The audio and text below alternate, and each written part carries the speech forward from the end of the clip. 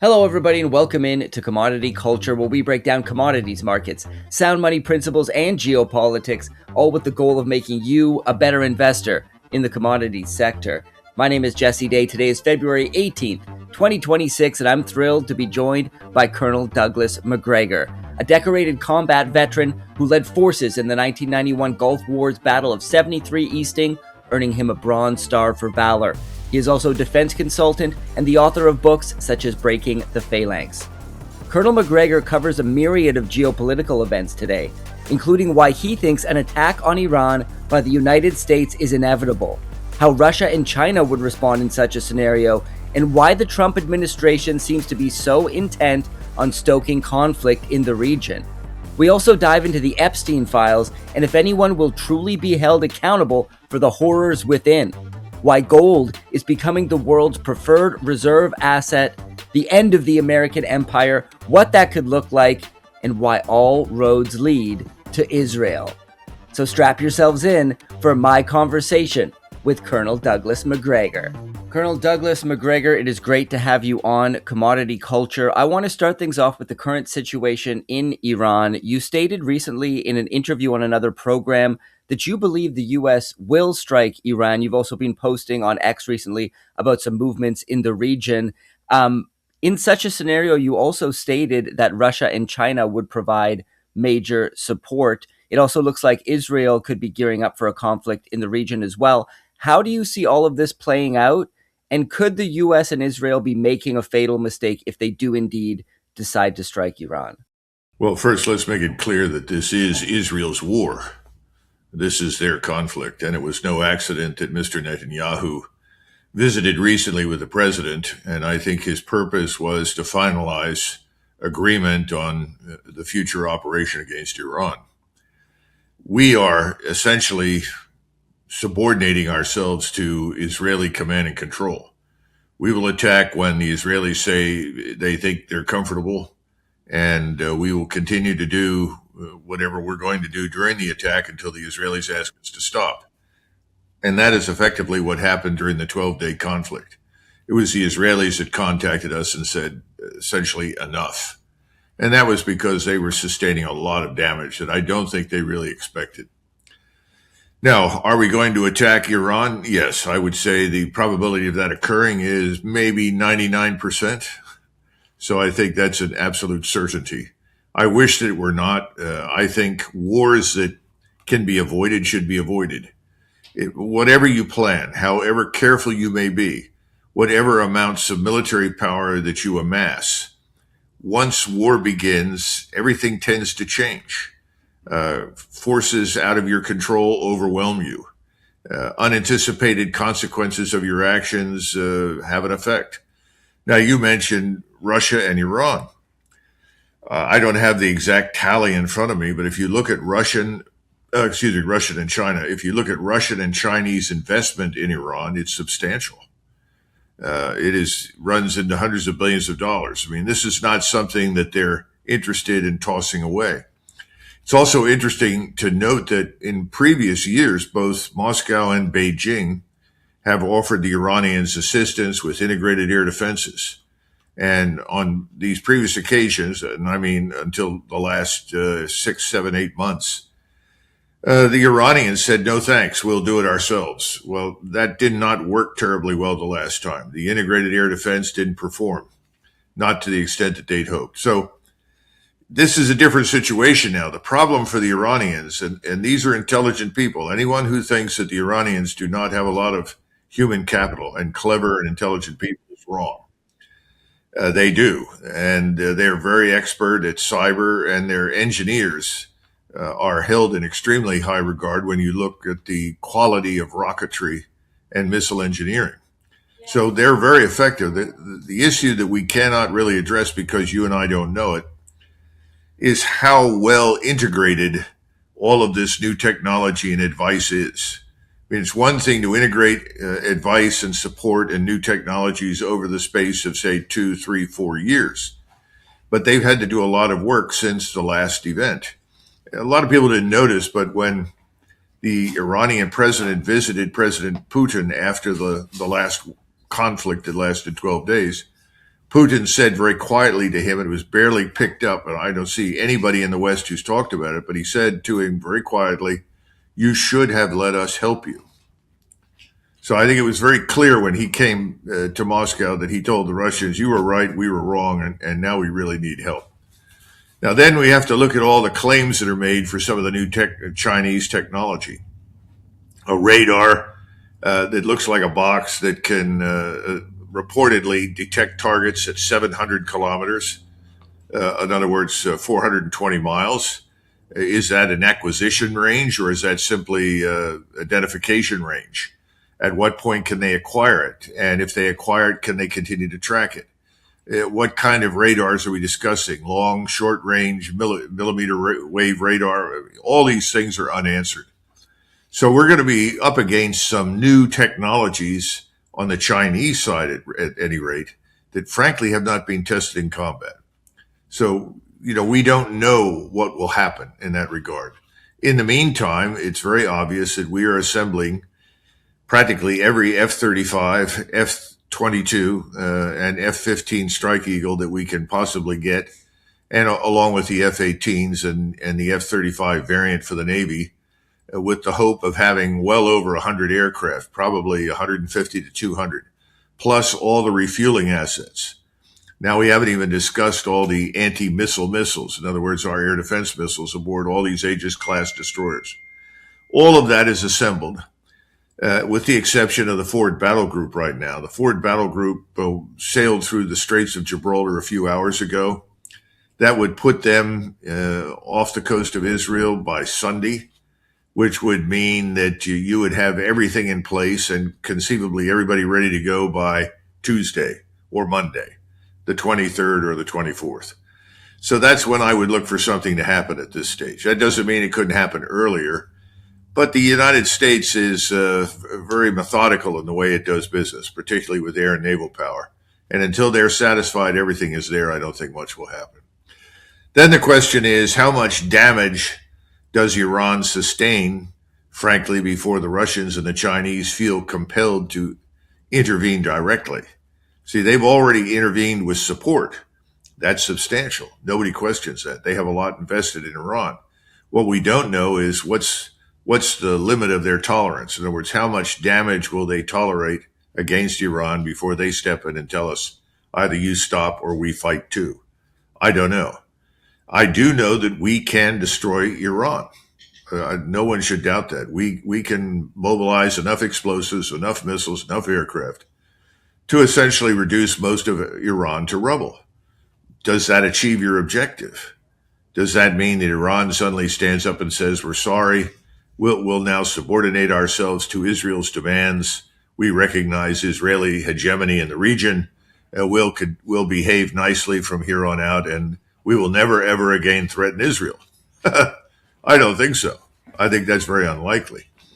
So then the question is, what do the Russians say if the entire nation is leveled?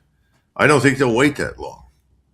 Now, there's another possibility, and that is that we are so surprised by the Iranians and the capabilities they have at their disposal, these long-range ship missiles that are just built by the Chinese that are being provided to the Iranians. They could conceivably hit ships and damage them. People always talk about, sink a carrier. You don't need to sink anything. All you need to do is put it out of action. You put enough holes in the deck, in fact, one large hole in the deck of a carrier, the carrier is useless. There's not much you can do with it. So I think what we have to consider is the possibility that that could happen. We know they can strike all of our bases in the region with great effect. We actually have a lot of aircraft operating out of Jordan. That, to me, is very dangerous. Jordan is not that far. They say it's out of range. We'll see. In other words, we don't know what they can do as much as we would like to. We think they can do only so many things, and we're planning on that. But we could be surprised. And if we take losses and large numbers of Americans are killed, we don't know what the effect will be in the United States. Everybody assumes that people will stand up and cheer, well, let's go after those people and destroy them all. Well, maybe, but I think there's also a higher probability of people asking, what are we doing this for? Why did we begin this? Who thought this up? Because frankly, Dan, and I'm sure you're aware of this sort of thing, or Jesse. I just talked to a Dan. I'm sorry. I talked to too many people about this. We don't we don't know what Americans will think or do because Americans as a people really haven't been engaged. I know this is a shock, but most Americans don't really pay much attention to what happens beyond the borders of the country. They're struggling with things here at home that they think are more important. They don't understand why the current president is not focused on what's happening here. They want to know why he's walking away from Minnesota. He was elected to a large extent because people want him to deal decisively with illegal immigration. And they're saying, well, wait a minute, what are you stopping here for? That's more important to us than anything happening in the Middle East. What about the economy? You say inflation is down, everything's coming up roses. That's not the feeling across the country. 53% of people polled in the United States say our economy is very poor. Only about 32 or 34% say, oh, it's great. He's got midterms coming up at the end of this year. What's it going to be like for him? Right now, his polling is terrible. Is he going to improve his position by waging war in the Middle East? I mean, these are the questions that Americans are asking. So that's a quick synopsis. I don't know if that's enough, but that's the thumbnail sketch I'm offering. The sponsor of today's episode is ARC Silver Gold Osmium. Owner Ian Everard is praised even by his competitors as one of the most honest and level-headed bullion dealers in the United States. They have some great prices. You can see some of them displayed right now on screen. Take advantage of these specials today by reaching out to Ian at 307-264-9441 or by email at ian@arcsgo.com. Make sure to tell him, of course, that Commodity Culture sent you. And now, back to the interview. Yeah, that was a great summary. Now, it does seem like President Trump has been going contrary to many of his promises when he was looking to get elected, including after he took office, and he was supposed to be stopping all of these wars, and now he appears to be entering this conflict with Iran. It feels like he is certainly compromised. You mentioned on X, I believe Trump does not want to engage in this war with Iran. However, the principal demands by Netanyahu have made that difficult to almost impossible. Now, if you look at it through the lens of Israel is the one calling the shots, it starts to make more sense. So I want to pose the question to you, just how much is Israel dictating U.S. foreign policy at this point, and how entangled is the American political establishment with Israel? Well, the quick answer to that is that so much money has been poured into the legislature over years, and so much money was poured into Trump's election, that I would argue that they are very definitely in control of United States foreign and defense policy. We have to accept the fact that there are perhaps 10 to 12, maybe 15 billionaires that we can call Zionists for ease of discussion. And they have invested very heavily in putting Donald Trump where he is. And one of the reasons that he was elected was because he said that he would do their bidding. I mean, we know that. I made it abundantly clear. They've had a hand in who was picked to populate the cabinet. In other words, you had to pass muster with them. If you go back to the period right after the election, you start asking questions of somebody like Kash Patel, what's your top priority? And he immediately answered, Israel. You're the Attorney General of the United States, and you say your top priority is Israel. They asked Bongino in the FBI, and he said, Israel. What are we talking about here? Never in the history of the United States have we ever had cabinet members, principals in any administration say, well, my top priority is country X, Great Britain, Germany, Russia, Japan. Of course not. That's never happened before. And people are very blatant and straightforward about it. And you are attacked viciously as an anti-Semite if you question this. And we have new laws on the books in various states about this business of anti-Semitism. And everybody always asks, well, what's the definition of anti-Semitism? And the answer is, you're somebody Jews don't like. Well, that's a ridiculous comment, but truthfully, that's what it essentially amounts to. Where do you turn for a good definition? Collectively, they control a lot of money, hundreds of billions of dollars. And as a result, people pay attention to them. And they're very clever, and they go to someone on the Hill. They could go to the President of the United States and say the same thing. If you won't promise to support us and what we want with Israel, we'll support your opponent. It doesn't make any difference to us who that opponent is.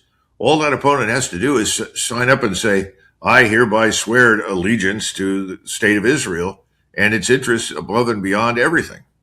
And bang, you're in trouble. This is happening right now to Massey in Kentucky. Representative Massey has spoken out about this thing. They tell me they've got hundreds of millions of dollars pouring in to destroy Massey and prevent him from ever being reelected to Congress. This is pretty frightening stuff. And, I hear people talk about democracy and I want to puke in the corner. Who are we kidding? There is none. So if you're bought and paid for by a lobby like this, where is your loyalty? And what kinds of decisions are you making? Are they really in the interest of the American people?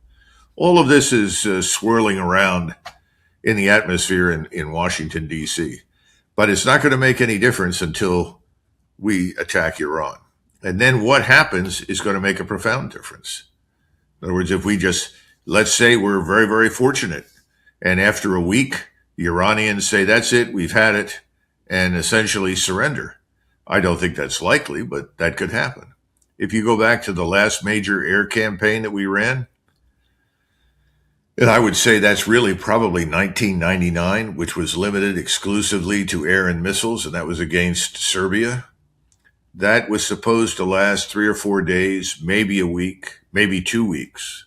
That's what President Clinton was told. And President Clinton, like most presidents, doesn't pay much attention to details. If his advisors, military and political, tell him that, then he's going to say, all right, well, then let's do it.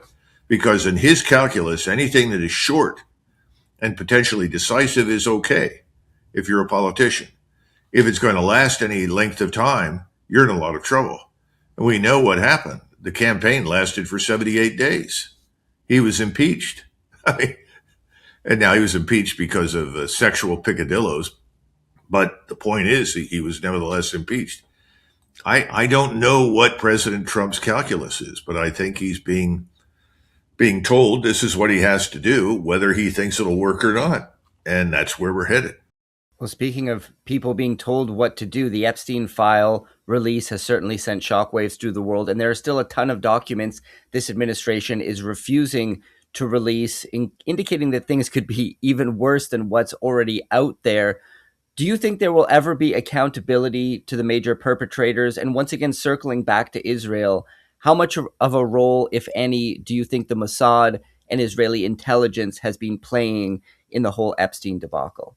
It's interesting. An intelligence officer stated today that what we've seen from the Epstein files consists largely of messages between Epstein and other Jews overseas in Great Britain, in Russia, Ukraine, various parts of the world, Israel, and the United States. We haven't really seen all of the other traffic between him and other people that we have been covering for with great difficulty that would reveal the level of two things, the hundreds of millions of dollars that are being moved around, and ostensibly, according to this intelligence officer, to Israel. And then secondly, the perversity and depravity that went on. I mean, we sort of hear people imply, well, this was terrible and children were involved. But as soon as you start digging deeper, as I'm told, it's much worse. Normally, in response to the question of accountability based upon my years here in Washington, I would say no. But this is so horrific because it involves children. It's going to be very, very difficult to cover that up. The other thing, of course, is this tragic influence from Israel and its security agencies inside the Department of Defense, the intelligence agencies, and Washington, D.C. I think as more and more is revealed, the uglier it will get, and the more and more people will demand some form of accountability. I do think you're going to see accountability. I don't know exactly when or what form it will take, but the American people are really paying attention now. They weren't paying as much attention until quite recently, and the things that are coming out are whetting people's appetite for more. So we'll see, I think, more come out. China, Russia, and several other countries have been silently but steadily moving away from holding U.S. treasuries, now favoring gold as a preferred neutral reserve asset. What do you think the implications of this move are for both the U.S. dollar and the gold price? Well, I think I may have mentioned this when I was up in Vancouver with you and with others that, I agree with Nassim Taleb, who is the man that first created the notion of a black swan. That's his concept. He coined it.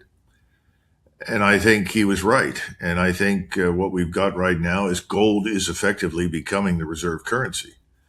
Now, there are various reasons for that.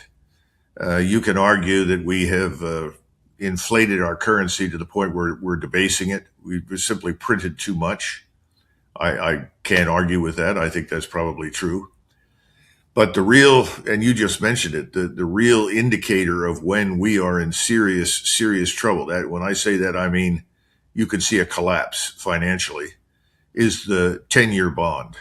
And I think if you talk to Luke Groman or, there's so many people out there, exceptional people with brains, Alistair McLeod, they'll tell you, watch the bond market, specifically the 10-year bond, and the yield rise. When that reaches 5%, then we're in a lot of trouble.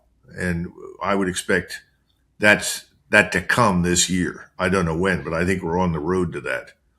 In the meantime, the de-dollarization strikes me as becoming also almost a matter of self-defense. The Chinese in 2008, as I'm sure you're aware, had a big hand in bailing us out. They came in and effectively rescued us to a large extent. That is not going to happen this time. They made that very clear. In fact, we have been so offensive to the Chinese, in my judgment, unnecessarily. But then again, I don't see an existential military threat from China, and never have, that I think we can bet on more debt being dumped to the point where our overseas holdings are in a lot of trouble, not just in China and Japan, and I think other states. I think we're looking at a landslide in the bond market, but I don't know exactly when it'll happen, but I think we're on that road. And again, this is why, I have been talking about resource sovereignty for a long time. And people look at me, what are you talking about? And I say, right now, if we accumulated rare earths or ore of any kind in this country, that would be fine. It's meaningless. We can't refine it. We don't have the wherewithal, the mechanism to do that. So 90%, somebody said the other day, no, you're wrong. It's only 70. Well, 90% of the rare earths that we deal with are refined for us in China. All China has to do is say, thank you very much. We're not doing business with you anymore. We're in a lot of trouble. The good news is that Canada and the United States have enormous resources. If we're willing to invest in these refining capabilities, if we position them intelligently on the North American continent, so they're near water and they're near railheads and all these other things, then I think we can get through a real crisis. But right now, Jesse, we can't. If they cut us off, we're in trouble. The F-35, most of our missile systems, almost everything that you can point to, satellites, everything depends on various rare earths in great quantity. And we simply don't have them on hand refined. We've got them in raw terms. We've created this vault. That's what the administration's doing. And I say that's great, but it's not enough. We've got to own the refining capability. We've got to have control of our own supply chain. You think we would have learned that from COVID, because a lot of the supply chains that we relied on in those times have gone away, and they've simply positioned away from us. This is part of the de-dollarization. It's not just we don't want to use your dollars anymore. We're looking at other currencies, and I don't necessarily think it's the renminbi. I think you're going to look at a group of currencies, but maybe it's a basket of them. I don't know what. But that's going to become the de facto reserve because it's backed by gold. People say, oh, you can't do that. Well, the Chinese are demonstrating pretty conclusively you can. Remember, they've got a vault, if you will, in Riyadh, in Saudi Arabia. They have another one in Hong Kong. They're doing business, particularly in oil and gas right now, with gold. our petrodollar is on the road to extinction. Well, when it comes to the US strategy at the moment of gaining access to more critical minerals, they are incentivizing domestic production through various programs, which is good. But when it comes to foreign nations and previous allies, Trump seems to be taking a stance of more do what I tell you instead of trying to form alliances or continue alliances that are already strong. For example, we all know about the debacle in Venezuela with the kidnap of Nicolas Maduro. Maduro had said before that occurred that he's willing to come to the table to discuss oil with the Trump administration and energy. Greenland, Trump wants to take that by any means necessary. That talk's kind of died down a little bit, but we know a lot of that is because of the mineral wealth that exists there as well. And of course, Canada, which has tons of mineral wealth, but unfortunately, the leadership there, they're kind of brain dead when it comes to the whole ESG narrative. This country's got its own problems, Yeah, trust I me. know. What are your thoughts there with this whole this new Monroe Doctrine, where Trump is seeking to make the Americas his sphere of influence by any means necessary? We've seen the kidnapping of Maduro. We've seen embargoes on oil headed to Cuba, threats towards Canada and Greenland, and more. Is this a sound strategy in your view in the long term? How do you see this all playing out? Well, unfortunately, I don't see evidence for a strategy. Normally, for a strategy to exist, there has to be a coherent framework with principles that you follow. And I think what we're really dealing with is impulsive personalities in government, specifically the president. And a lot of people each day go to work in the White House and I think elsewhere in Washington in the bureaucracy. And they say, well, what's next? Well, let's find out what Donald's going to say today. What does he want this week? I can't really point to a strategy, and people have finally figured out that what was being peddled as a strategy in a national strategy document isn't, because we're not paying any attention to it. Because the document said that we want good relations with China, we want to settle things in Ukraine, and restore relations with Russia. Effectively, that's what the document said. We're doing the opposite. We're bending over backwards to provoke everyone. We're threatening everyone. Now, to some extent, this seems to be President Trump's passion. A friend of his who's known him a lot longer than I have said, Doug, President Trump thinks bullying works. And that's based on his experience in New York City. He bullies, he gets. And he doesn't understand that the international system doesn't work that way. He also has this bad habit of saying, well, I'm friends with so-and-so. He and I are really very close. Well, that's irrelevant. It's never meant anything. It's always nice when you can visit with a foreign leader and get along with him, but interests trump personalities. And he has ignored interests completely. I mean, right now, just based on the discussion we're having, if we look at interests, particularly as they relate to minerals and rare earths and so forth, oil and gas, the United States and Canada should be in perfect harmony. There's no reason for conflict at all. The other thing is when President Trump launched his tariff offensive, he launched it everywhere against everyone. He took this position, everyone owes the United States. I'm sure you listened to him speak in Davos over in Switzerland, where he said the Danes are not very grateful for all that we've done for Denmark. We won World War II. Not much gratitude. What?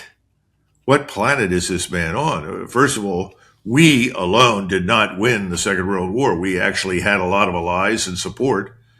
And then secondly, why 80 years later, on the basis of the outcome of the Second World War, would the Danes or anybody else suddenly say, oh, great one, please abuse the hell out of us. We enjoy it.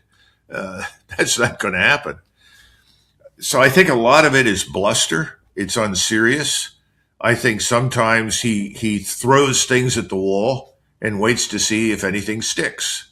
Now, Venezuela is an interesting case study because he assembled this great task force, including 15 to 20,000 ground troops, and he said he was actually going to go in on the ground in Venezuela. He said that, well, we're hitting targets from the air, next we go on the ground.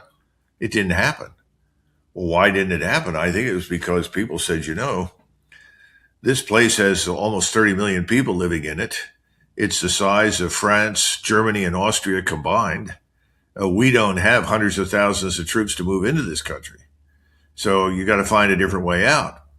I think this very sly interdiction that resulted in the capture and kidnapping of Maduro and his wife was very, very well done. But what they don't tell you is the millions and millions of dollars we spent through the CIA to buy everybody off to let us in. If they had not want us to get in, shooting down helicopters at 200 or 300 or 400 feet is easy. They managed to get in, pick him up, and get out. Well, what do we control today in Venezuela? It's a trick question. Answer: nothing. Oh, yes, we can stop tankers from coming out with oil. But if you think you can go into Caracas and tell everybody how to govern and what to do and where to go, you're in for a hell of a shock, because down there, they're not paying attention to us at all. Another example, of course, is Mexico. Everyone's up in arms because yesterday the president of Mexico said that they would provide oil to Cuba. Because, as you know, target number 2 was supposed to be Cuba. We're going to break Cuba. Cuba's a failed state. We're going to make it worse than failed, and then they'll have to surrender to us. Of course, this is near and dear to the heart of the Secretary of State, Rubio, who's Cuban apparently, and has lots of Cubans arguing that we should, quote unquote, liberate Cuba. I think the only thing worse than having to govern Cuba is to try and liberate it. If you go into that place, you're going to regret it. We were in Cuba, by the way, 3 times in 40 years in the 19th century. We supervised elections. We wrote their constitution. Huh. How did that turn out? This is insane. This makes no sense at all. And I think the other problem is that President Trump is swayed by people easily because he has no background, no depth of understanding, no intellectual capital to rest on. Now, he may have been a big success story in real estate, and that's wonderful, and I certainly congratulate him on that.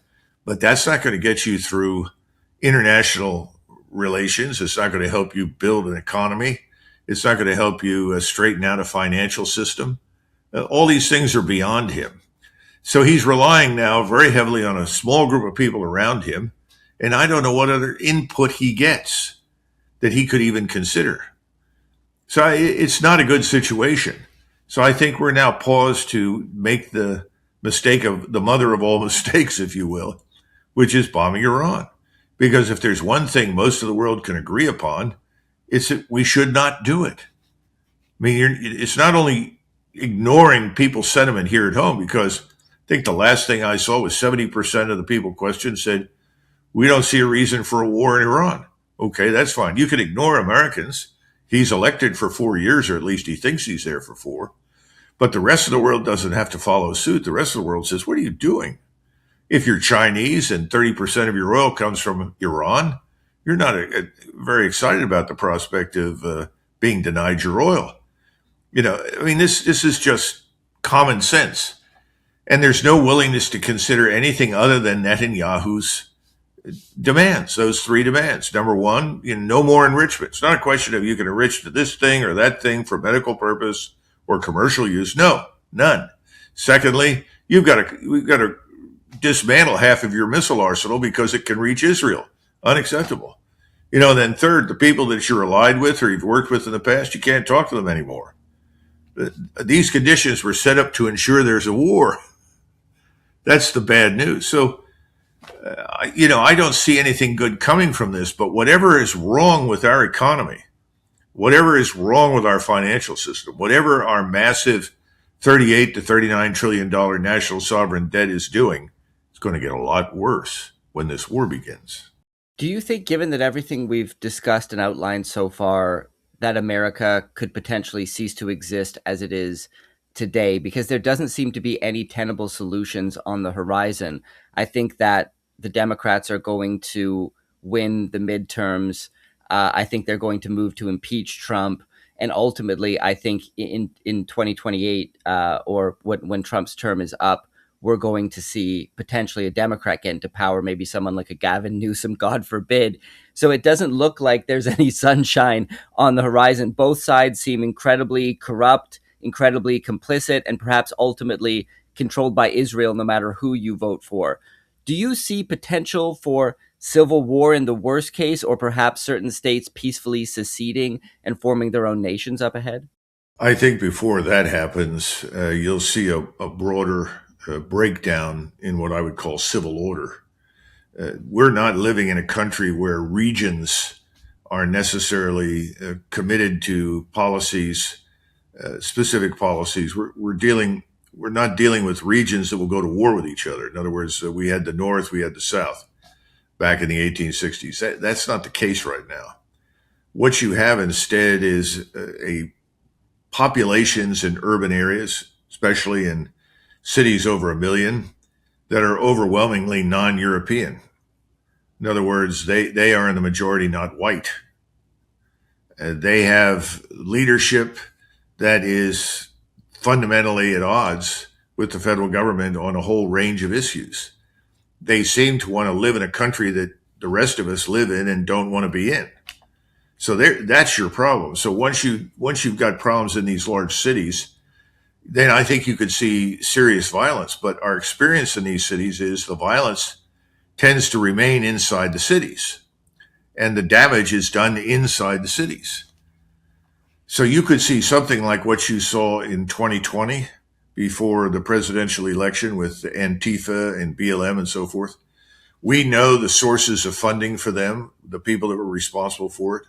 We know who's been funding the opposition in Minnesota. I mean, when you have a system where your police are going to arrest someone or a group of people, and that news then is broadcast, and suddenly out of nowhere, you've got 50, 60, 70, 100 people who are trying to get into the faces of the police to quote unquote protest. That's not accidental. I mean, that's a well-oiled system where everyone is being notified. So we know that that's happened in Minnesota. In most times in the past, in most states, most cities, there have been laws on the books, and I'm sure you have them in Canada, where someone wrote, if you interfere with a policeman in the conduct of his duties, if you seek to obstruct a lawful arrest, which is any arrest that a policeman deems necessary or for which he has a warrant, then you can face mandatory jail time. You will be fined. So you'll be arrested, you'll be fined, and then you'll go to jail for some period of time, 2 weeks, 3 weeks, 4 weeks, whatever it is. It varied from place to place. What the media does is that they show you something and they pretend it's legitimate. What's legitimate about getting between the policeman and his work? There's nothing legitimate about that. And I was wondering, why would you not set up an area, where there's distance between you and the protesters? The protesters should not be allowed to get that close to the policemen.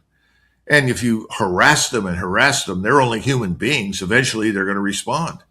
If you break windows, smash headlights, deflate tires, throw excrement, how much can you expect from the police? So I think those are the kinds of things that we're going to see initially in the big cities. And I think it'll come about particularly with the demise of the financial system.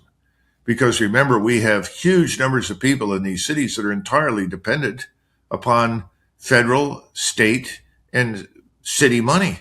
In other words, they literally live at the expense of the society.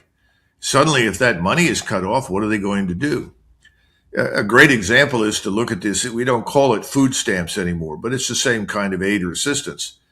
You go back over the last few years and look what happens in a large area like Cincinnati or Chicago when the government shuts down and for 3 days nobody can get food stamps. You have a riot. People become violent. They start smashing windows, destroying cars. And you find out these people are living entirely on the basis of this aid and assistance they get from the state. I think those kinds of things will happen. What do the people in the rest of the country do? That's the question. Because once you move out, I live a long way from Washington, D.C., and I live in the mountains, and people out here are remarkably self-sufficient. We have towns and cities out here, but people are not entirely dependent on the state. And what will they do? Well, can they buy locally food that they need? Yes. Can they keep the water systems running and the power going? It looks like they can. I mean, in other words, the world outside these urban areas is different from the world in them. So I look at the cities, and I don't want to say it's a rural versus urban conflict, but it certainly looks that way from a distance. It's not a regional conflict per se. Well, Douglas, this has been a fantastic conversation. For those who want to follow your work online, where's the best place to go? Well, the best place is the nationalconversation.org, where we're trying to explore some alternative to the two parties, Republican and Democrat. So I would encourage people to go to the internet and look at that. I have a website. All you have to do is Google my name. It'll come up, Colonel Douglas Macgregor. And, all the YouTube videos you ever wanted to see are there, and you probably don't want to see them anyway. But bottom line is, I'm not difficult to find. Just make sure you get the name right, M-A-C, small g, R-E-G-O-R. If you see any other spelling, because I just discovered there's a phony Substack. I'm about to start a Substack, and I discovered there's a phony one out there. If you don't see that name spelled properly, there's something fishy. And of course, that phony website is fishy. It spells my name wrong. It's a little bit of an indicator, but it's something. Anyhow, I wish everybody the best. I certainly am glad to have seen you and everybody else up in Vancouver. And while I may not sound optimistic, I am very optimistic about precious metals. I'm optimistic about mining. That is an underfunded, underinvested sector in this country. And that has to be turned around quickly because it's going to do more to help us, that and agriculture. And as I say to people, they say, what do I invest in? I say, if it comes out of the ground, invest in it. And they look at me strangely. I said, food. We grow food. Remember? That's where you want to put your money. You want to put your money into these mining corporations. But of course, you've got to check it. You know the definition of a mine, a big hole in the ground and a guy above it who says everything in the world is in it. So you have to do due diligence. But those are the places we need to invest. That's for damn sure. Absolutely agree with you there. I'm going to put links to everything you outlined in the description below so people can check that out. Thank you once again, Douglas, for coming on the show and sharing your knowledge with the audience. Thank you, Jesse. Thank you for joining us today. The sponsor of this episode, Arc Silver Gold Osmium, has some great prices on silver bullion products. You can see them displayed on your screen right now. These are limited supply and subject to change, so be sure to reach out to owner Ian Everard today at 307-264-9441 or by email at ian@arcsgo.com, and make sure to tell him that Commodity Culture sent you, and pick up your Stack Silver, not Fiat t-shirt. Represent sound money in style using the link in the description below, and I'll see you guys in the next episode. Commodity Culture is a series on commodities and natural resources.